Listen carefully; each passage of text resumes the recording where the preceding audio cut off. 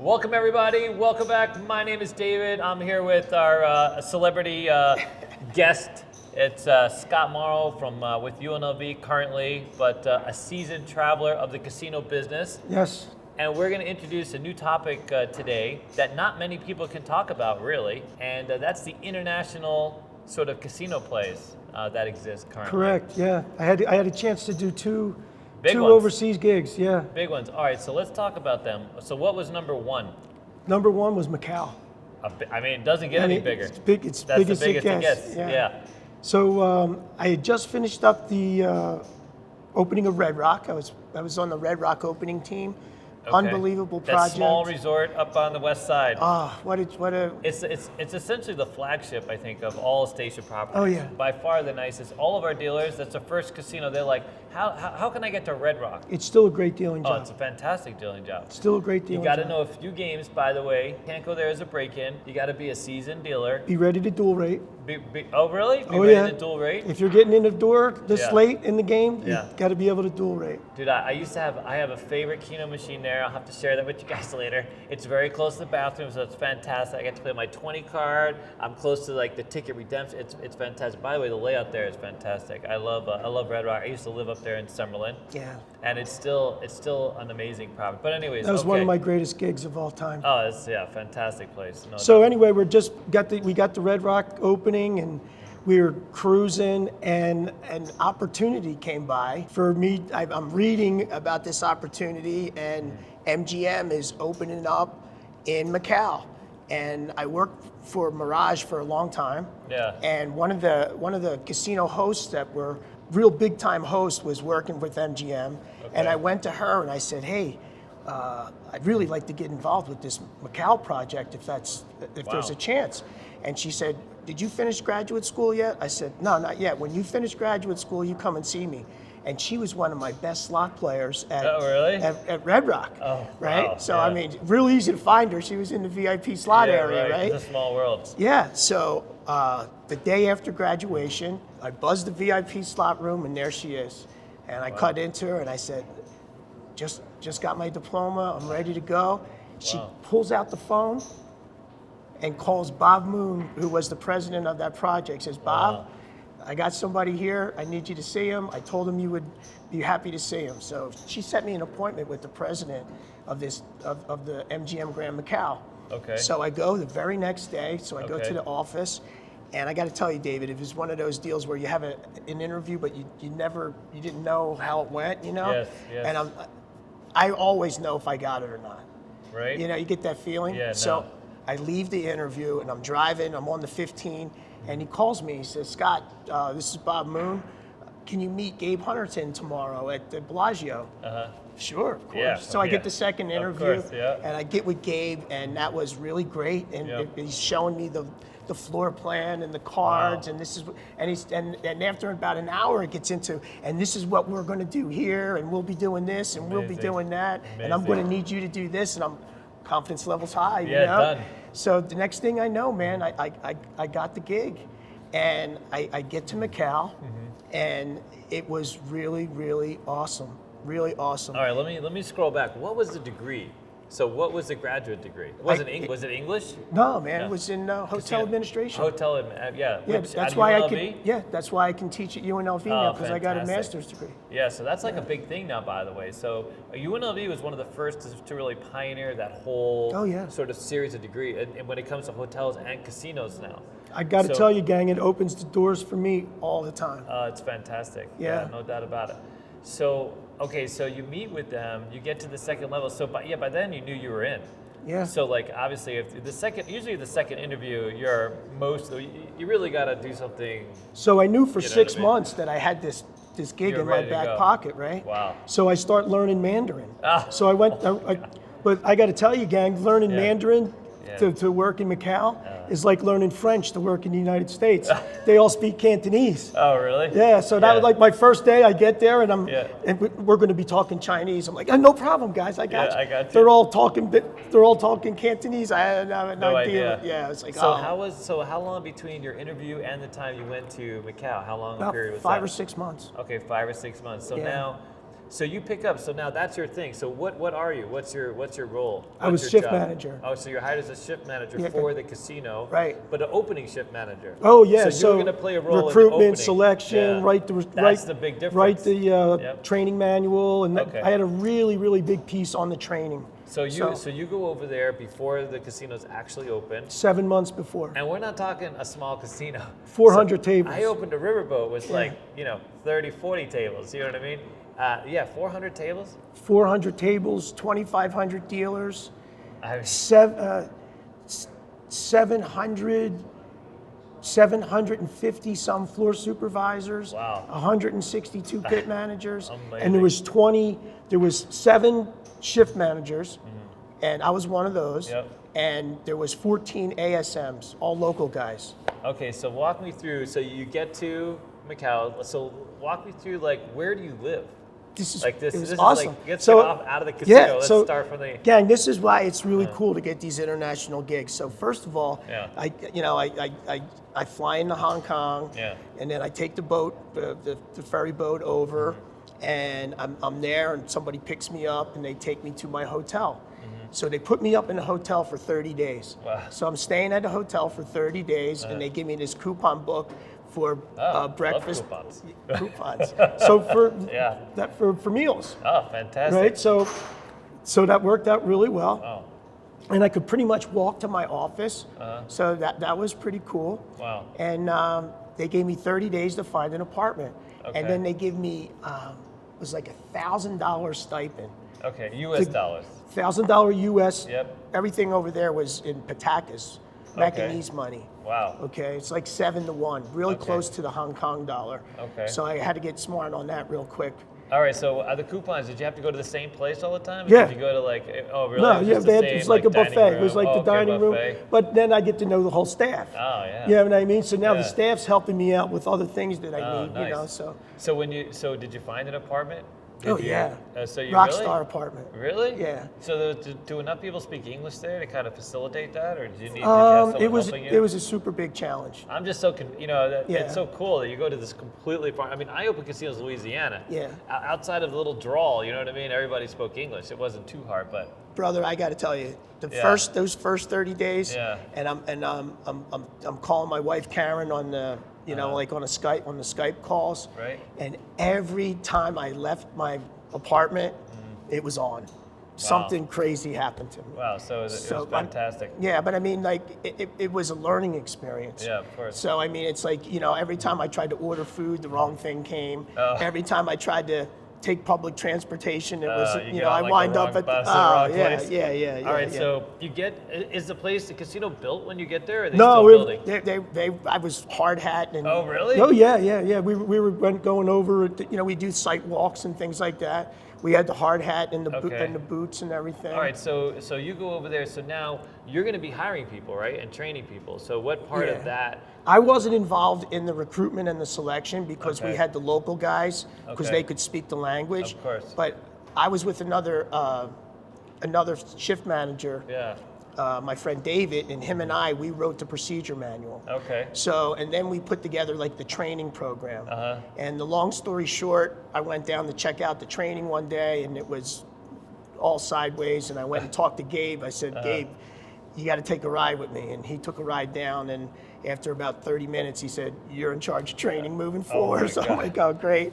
So I called my buddy Billy Patuski, and because him and I were like really big on the training at Yeah. Red Rock. I Okay. said, can you send me all the Red Rock stuff? Because I'm really up against it right now. So next thing I know, ba-bing, ba-bing, ba-bing, ba-bing, my mailbox is blowing up with all Wow. our training materials from So there. the And business- we pretty much did the same program that we did at Red Rock. Okay. I transcended that program over in Macau. Over in Macau. So now this is the training on all the table games, right? So the procedures, policies, like Yeah. Baccarat. So no dice, right? I hear that Macau didn't have we dice. we did have a dice game. Oh, really? Yeah, we did have a dice game. Fantastic. We actually had a dice pit. Really? Because more than one game constitutes a pit. Oh, so of we course. we of course we started out with one game. Not a bird game. No, and then Well, over there it's $100 minimum Oh, because well, of that course. $100 Hong Kong's like $12.50 back then. Oh, so, nice. but there's black chips on the layout yeah, all of over the course, place, yeah. you know. So that was really cool, and training the young folks over there, and because they had to teach, they had to call the game in English. Oh, So, really? Yeah, they Wow. called the game in English. And Ping and Kathy, really good friends of mine. That's a family from Las Vegas that I eventually moved in with. Okay. So I had this rock star apartment, 3-bedroom apartment. Wow. So I had a bedroom, and Kathy and Ping had a room, and their Okay. son Vincent. You Wow. know, so I had like that little family thing going on. All right, so give me like all right, so this is not a small place. This is a big place. This is unlike the casino floors there are massive. Huge, 400 Yeah, tables. 400 tables. Right? 400 tables. So is it 37 pits. 37 pits? So Yeah. Okay, so they're pit managers. You have Yeah. 37 pit managers. Or however many? 162 pit managers. Oh well, of course you got to have some coverage. Yeah. All right, so a lot of Baccarat, right? Baccarat's the game, or what? Gang, if you're going to go to Macau, Yeah. leave your crap stick at home Yeah. and bring your Baccarat. Yeah, you got to bring your Baccarat You game. got to know how to deal box Yeah. to Out, work of, out of Macau. those 400 tables, I got to say, Dave, 380 were Baccarat, 380 were Baccarat. So I know that I looked up earlier. So Venetian Macau has like 690, right? Yeah, like 700 at one time. 700 something tables. And I've seen it. You have to see it to believe I'm it, Sure. 'cause- I've seen pictures. Yeah. And it's separated into 4 separate sort of zones inside this massive casino, like 500,000 square foot casino floor space. Which, by the way, so here in Vegas, once you get to like 100, there's not many casinos with over 100,000. Now 100,000 is a lot. The Riviera, believe it or not, used to have one of the largest casino floors, about 150,000 square feet. But that's pretty much the biggest out here, right? Around 150, 120, 150,000. Yeah. So these casino spaces are just literally 3 and 4 times the size of. Yeah, they have like, it's called the mass floor, the retail floor on the bottom. Okay. And then all the VIP and the junket rooms. You heard of the junket rooms, gang? Yeah. You Yeah. know, so that's a whole nother part Yeah. of the business. That's that VIP component of the business. Yeah, where they bring them in literally by like the plane load. Yeah, You know, just well, they busloads facilitate of- the credit and all that kind of Yeah. stuff. It's all cash on the Oh, main really? floor. Yeah. On the floor, it's all cash? Yeah, I don't recall being involved with a marker transaction on the main floor. Wow. Yeah. Amazing. Yeah. So they cash in on the games, or they go to the cage, just I write out it. of the pocket, and, ready and, to and, go. it's Hong Kong dollars. Yeah. And now they actually have the bill counter right at the table. Okay. So instead of doing the big show Okay. and running it down, Okay. they just run it right through the machine. I mean, really, right at the table. Right at the table. Just brrr, and then Right it just there. checks the bills. Yeah, Everything's yeah, done. yeah. Wow, it's amazing. Yeah, that machine actually can check for counterfeit and all that. All right, so we got a lot of our audience loves craps. So what's that craps table like? I mean, what kind? It's a regular craps table, Yeah, not crapless 14-footer, regular table. Okay. I'm telling you, gang, it was really cool. And what was great was the young folks because they could be 18. Oh, 18. So 18 years old, they Nice. could deal. Yeah. So these young folks, as soon as they got out of high school, man, they're right into the Just casino. off and going. Right. So we taught them how to deal craps, mostly Ping and Kathy, because That was they their had both languages. They could speak Yeah. Cantonese, they could Oh. speak Mandarin, and they could Okay. speak English. Yeah. So that they were the perfect people. So Yeah. that ticket, that was like the golden ticket, was to be on the crap Oh, the really? crap game, because all the other casinos opening up wanted to have a crap table. Yeah. So that was demand, instant demand. Instant demand, so Everybody they knew could Bach. get promoted right away. Dice was the odd man everybody, out. like Baccarat's like in your DNA Yeah. over there. So it's like it's like eating rice. Yeah, no. You know, it's Easy. like green tea, rice, and Easy. Baccarat. Yeah. So who goes to Macau? Is it mostly the local? It's like Asians You got mostly, folks- or do you have Europeans? Oh yeah, It's a mix. Huge player mix comes from Hong Kong. Okay. Less than 1 hour hydrofoil boat ride. Oh, really? Okay, and they run all the time. Then they have the 18-minute helicopter ride. Dude, what is it with the Asians have all the speed stuff? Speed trains, speed boats, everything just going. They're dialed in, man. What- Their what- technology is unbelievable. When are we getting some of this stuff? I'll tell you what, man. I mean, our trains, like, you can almost walk faster in some cases. everything over there was top shelf. Yeah, everything. amazing. I mean, just the Yeah. pictures alone, just looking down through Macau. I've done one of those like Google things. Mm-hmm. I mean, it's fantastic. The architecture, just the way that they lay these out. Portuguese. it's like fantasy land. A lot of you know? Portuguese influence. Yeah, so fantastic. So, but the real golden ticket is having 1.6 billion Chinese folks Right. that are right there at the border. that are coming that in. can come right in Even through at like the border. $1 a piece, you're making, you know, you're doing well. Yeah, I mean, That's a thing. it's amazing how that demographic just totally runs the whole operation. So how is it? So you were out there for how long? 3 years. 3 years? Yeah. All right. So what are the why work there? Why work overseas? If you're The money's here, great. Money's great. The money's great. Yep. It's called expatriate status. Yeah. So like the first 100,000 that you make over there is Yep. tax free. You gotta love that. The first, yeah. So Yes. you know, and then say you make 150. Right. So the first 100 is gratis, Free. Nice. and then the 50 gets taxed at how much 50 would make. Oh, okay. So You you, know don't what have I to mean? just- you don't go to like the Yeah, so 150 it's bracket. yeah, or the so 50 bracket. so it's great tax advantages. To me, the culture, yeah. and I was in it for the long haul. You know, I just got Yeah. out of UNLV.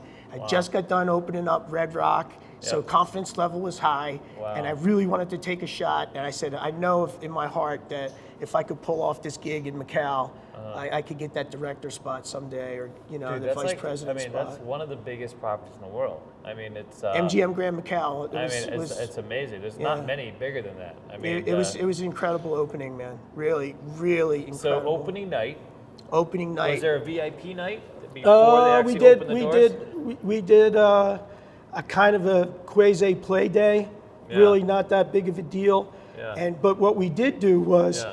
we brought maybe about 100 people from Las Vegas, Oh, and thank God they were all Mandarin speakers, Okay. and Mandarin and Cantonese that many? Oh, speakers. well, yeah. Yeah, well, we Yeah. got all the MGM properties, MGM Yeah. Bellagio, no, that's true. the Mirage. I mean, Yeah. there's 9 or 10 properties, Yeah. so if you bring 10 Yeah. rock stars from each one, you're there. That's it. You Yeah. know, We have a so- lot of Chinese students. Oh, At yeah. the school as well. So all different. Yeah. So and I knew most of those guys, so I was in charge of that crew. okay.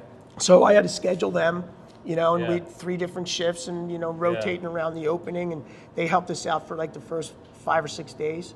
Okay. So was a place like that packed when you opened? Was it just packed? Really, just Yeah. packed? And then Chinese New Year and the Yeah. special holidays like Golden Week, Autumn Festival, those kind of. Yeah, you just packed. Excuse me, pardon me. Like people waiting for, so I go down to Casino Arizona sometimes, Mm-hmm. or down in Arizona, and there are literally people waiting on table seats at sometimes. But back some years ago, they might have more tables now, but it was amazing. They would you would wait over by the bar. You had to wait for a slot sometimes to comes free. So let me tell you what was really cool. Yeah. So we'd have some no commission games, right? We had a lot of no commission games Okay. the Easy game. Buck? Or something else? We did not at that time have Easy Bach, but they Okay. do have it now. Okay. All right, but they Yeah. don't have the Panda, just the Dragon. Okay. For some reason, they can't have the Panda. The So Panda. anyway, so what they played the Super Six. Okay. So the 6 would push. Okay. All right, so now think of a giant for our craps guys, Yeah, right? yeah. A giant pass line Okay. for the banker, and Okay. a giant Just dome all the pass. way across. Yeah, for banker player, all the Okay. way across, because you don't need commission boxes, right? Oh, right. So we could have 20, 30 people playing my on that God. game, and we had them on end caps. So like an end cap, instead of Yeah. having like the big wheel on the end cap, Oh, you we'd had we'd that have big this no game. commission game, Oh, right? yeah. And David, let me tell you, sometimes I'd count 20, 25 bets Wow. on there one table. on one table. One dealer. One dealer. We were at UNLV the other day. Yeah. And you guys have one of the old big Bach tables. Old school. Old school from Uh-huh. the Nugget. And one of the students was asking me about this, and I was telling them that there's not many of these games around anymore in Vegas. It's Caesars, only for Caesars has Caesars. a couple. I guess Aria, maybe Cosmo has the high limit, and Maybe. then MGM Mansion has one. And these games, even though they have these spots designated, you really only see a couple people at a time at these tables at once. It's you know what I mean? Elbow Because they room. like lots of room, you Yeah. know. But so was this how the game was? Was it like There was this a lot kind of many old, tables? lot of older, over the shoulder type stuff going Oh, on. got it. You know, the game Sick Bow Yeah. with the dice. That's like the Yeah. low end grind game. A So low-end grind so game. there was a lot of that going Was there on. like Pai Gow tiles? Like people talk about No. that here. Not really big No. there. No, I don't think we had it. Really? We didn't have Didn't it. even have it? Yeah. Thank God. It's very interesting. Yeah. Wow. Okay, so you're there for... We had Baccarat and we had Baccarat. Yeah, a lot of Baccarat. So We only had 90%. 6 blackjack games. Only 6 blackjack games? 6 blackjack games. That's one of the oddest things. So if you go to Europe, especially like northern parts of Europe, right? Into these little casinos, it's all European roulette. It's all wheels. It's all wheels. All wheels. Like you can go to an We entire had casino of we had SR. 9 wheels. We had 9 wheels on the Okay. floor. All SR? Any double zeros? No, it was all double zero. All I double believe. zero? Yeah. I saw a casino, so I actually did some work for a table manufacturer, and they were just, I had no idea this was a thing. And they were showing me the pictures of these casinos that they had. They make these beautiful tables, and they make them for these kind of small, intimate casinos they have in Europe. It's a little bit different. You know, they don't have these massive, sprawling things like they have in Vegas. And every table is SR, and they might have one blackjack game or one other type of game. No dice, no craps, and just SR. I mean, it's amazing. So we have an SR instructor. I don't know. This is on kind of like a pivot. Who's from Europe, and you know she's fantastic. But it's amazing because so I had a student today asking me about where people go and why do they go there in terms of the international market. Right. Because Vegas, we get a lot of high limit action. We get it's fairly diverse. But Europeans, when they want to play SR, they're like Monaco. So specifically like Monaco. Why would someone go to Monaco? Why would someone go to Macau? What brings them into these markets? Monaco is awesome, man. Really? Yeah, I haven't You've been been? there yet. No, I heard but the it's the water's French expensive. Riviera, man. I mean, Everything's you have to pay. expensive. You have to pay to go inside before Yeah, you got to pay to get in the casino there. Yeah. It's like $20 for a bottle of water in Monaco. You got to pay for out the ass for literally everything. I mean, the rooms, if you ever go, Welcome to you Monaco. do the Google map thing, you Yeah. do the rooms. I mean, it's like, are you kidding me? Holy smokes. Yeah. You're going to pull it up in your own yacht to kind of afford the place. But They have them. oh, yeah, there's they a tons. have- Oh, they yeah, have all the good yeah. yacht shows in Monaco. I Yeah, mean, that's the thing. All right, so you spend your 3 years there. What makes you want to leave? Why I didn't want to leave. Oh, really? You're going to be So there? there was the deal. My boss, Gabe Hunterton, he calls me into his office, and hey, Gabe, how's it going? He goes, Scott, we got to talk, man. He goes, if you're going to get back to Las Vegas, you got to go like right away, because Aria was about to open. Oh. So he said, he says, if you don't go back for Aria, I'm not going to be able to guarantee you a good spot when you go back. You know, I'm like, Gabe, I love it here, but here's the rub. You got to have what's called the blue card. That's your work card. Mm-hmm. And really, what they wanted was for the expatriates to come and teach the locals the business, set it up, and then get out. Move out. Right. So, and you know, my wife wanted me to come home, and if I missed the Aria opportunity, who knows? I might not get my blue card renewed, and then I'd be coming home in shame. Yeah. You Oh know? my God. You know. So I didn't invest all that time. All right. Well, we're coming to the end of this episode. So off to Aria. That's next for you. Oh my God. Is that part Open two? City Center. Oh my God. No, I got a good story I got to tell you. So hang in there, guys. Fantastic. I'll tell you, All right, well, you. we'll call an end to this episode, and we'll start over with Aria. Oh my God, Macau, MGM Macau to Aria. Yeah. Wow, tough break, dude.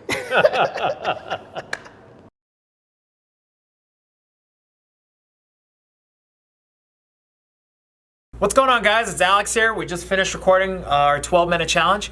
We'd like to invite you guys, anyone that's interested in coming down, you don't have to pay or anything like that. Just come down, join our Discord link, and also join us on Twitch. We stream 4 days a week, live blackjack, live craps, live carnival games. Hope to see you soon. Bye.